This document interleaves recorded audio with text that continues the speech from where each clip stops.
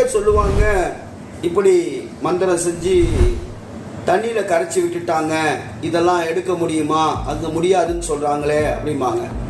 எதுவானாலும் சரி, நாங்கள் எங்ககிட்ட வந்தவங்களுக்கு அதை தண்ணியில் கரைச்சி விட்டாலும் சரி, ஆற்றுல கலந்துட்டாலும் சரி, கடலில் கரைச்சிட்டாலும் சரி, எதில் பண்ணாலும் எந்த விதமான பாதிப்புகள் இருந்தாலும், அது செய்வினையாக இருக்கட்டும், மந்திரமாக இருக்கட்டும், சூனியமாக இருக்கட்டும், ஏவலாக இருக்கட்டும், வசியமாக இருக்கட்டும், எதுவானாலும் அதை எடுத்து அவங்களுக்கு சரியாக்கி கொடுக்க முடியும்.